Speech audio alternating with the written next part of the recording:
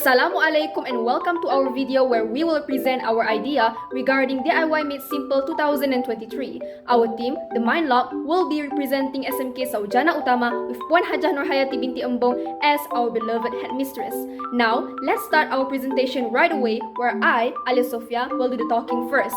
To begin with, what is our actual goal in this project? Well, the answer to that is how can we shield the students who waited in front of our school compound from the worst of the heat or a sudden downpour by using recyclable materials to minimize environmental harm. As a result, we have an idea where we can do some roof structure at the waiting area in front of our school.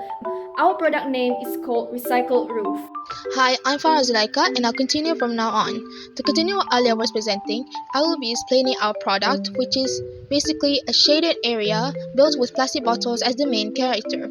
To start off, the bottles act as poles and roof, which are stacked at the bottom part of the bottle that is faced with the other one and vice versa, with the top part as shown in the picture.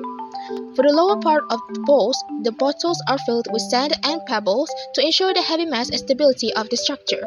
Other than using sand, sandbags filled with water will be used at the feet of the poles to ensure the stability.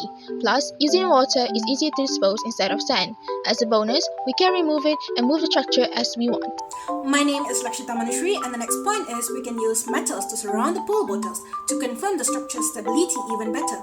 Besides that, we should use metal to act as a tie beam and strut to support the product and provide extra protection. Next, moving on to the roof is where there will be a layer of horizontally stacked bottles with both sides covered by a waterproof tablecloth. In addition, we will arrange bottle caps on top of the roof to create an eye-catching mural as decoration. Aside from that, the estimated cost for the material used are as stated on the table beside. The cost is quite expensive on the metal part as we need an abundant amount of it, but it is necessary for the stability of the structure. Hello, I'm the last member, Shukrin Hani. As my teammates had already explained the structure and the estimated cost, we'll be moving on to the part where I'll be explaining the benefits obtained by creating this non-biodegradable structure.